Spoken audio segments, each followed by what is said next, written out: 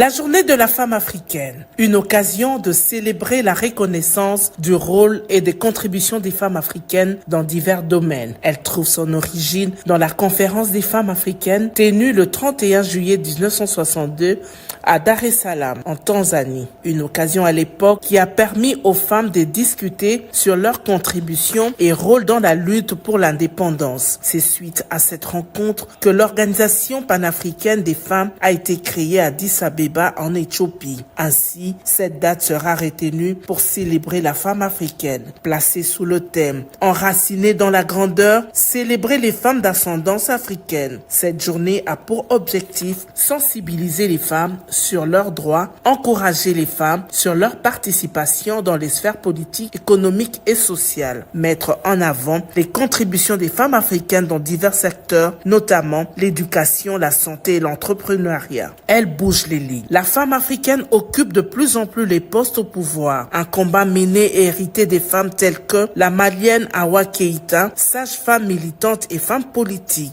Aldado Espirito, la Sao Toméenne, figure emblématique de la lutte pour l'indépendance, Sao Tomé Principe, Myriam Makeba, la sud-africaine.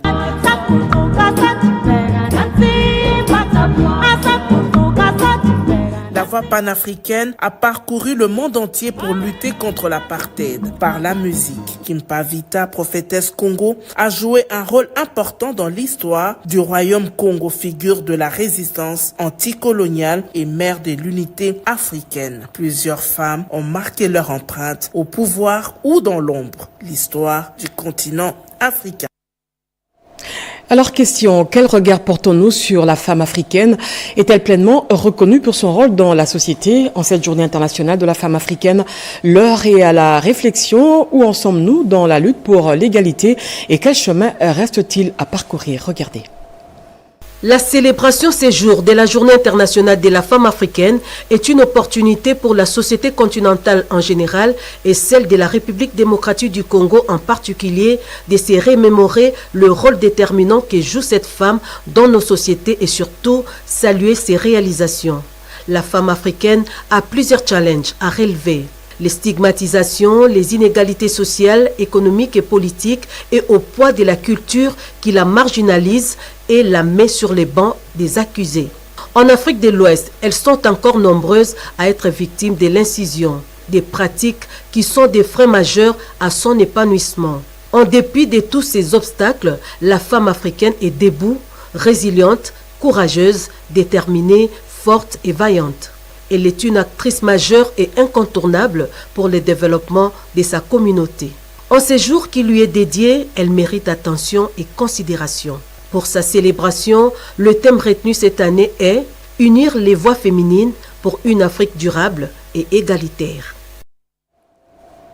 Des centaines de femmes déplacées, internes des veuves et épouses des militaires ont également célébré la Journée internationale de la femme africaine, une rencontre organisée par la ministre des Affaires sociales et Actions humanitaires, Aziza Mounana, un reportage d'Edith Chala. À l'occasion de la Journée internationale de la femme africaine, une cérémonie officielle a été organisée en hommage aux femmes policières déplacées internes, aux épouses des policiers victimes des conflits internes, ainsi qu'aux veuves et aux dépendants des membres de la police nationale congolaise. Portée par un engagement de solidarité, cette manifestation a été initiée par la ministre des Affaires sociales, Action humanitaire et Solidarité nationale, Nathalie Aziza Mounana. Elle s'est déroulée sous les signes du respect, de l'unité, de la reconnaissance envers ces femmes souvent oubliées, mais essentielles à la cohésion du tissu social de la République démocratique du Congo. Dans son intervention, la ministre des Affaires sociales a salué le courage, la résilience et le dévouement de ces femmes, réaffirmant la volonté de son ministère de bâtir une société plus inclusive et solidaire. Elle a également souligné que cet engagement s'inscrit dans la vision du chef de l'État Félix Antoine Tshisekedi, chef des armées, et dans la mise en œuvre du programme gouvernemental dirigé par Judith Souminois. L'événement a été co-organisé avec la présidente de l'Association des épouses des policiers pour le développement, Madame Kapata Alonga Boni. Elle a exprimé sa gratitude envers la ministre pour son implication, soulignant que les objectifs de cette journée ont été pleinement atteints. Le commandant suprême est déterminé à ce que chaque Congolaise et Congolais trouve soutien, justice et dignité. Parmi les personnalités présentes à cette cérémonie, on a noté la présence de la vice-ministre de l'Intérieur, de l'ancienne ministre du Genre, Famille et Enfants, plusieurs députés nationaux et l'épouse du chef d'état-major des forces armées de la République démocratique du Congo. Les femmes des entreprises du portefeuille de l'État ont accru leur connaissance sur le leadership féminin et l'entrepreneuriat.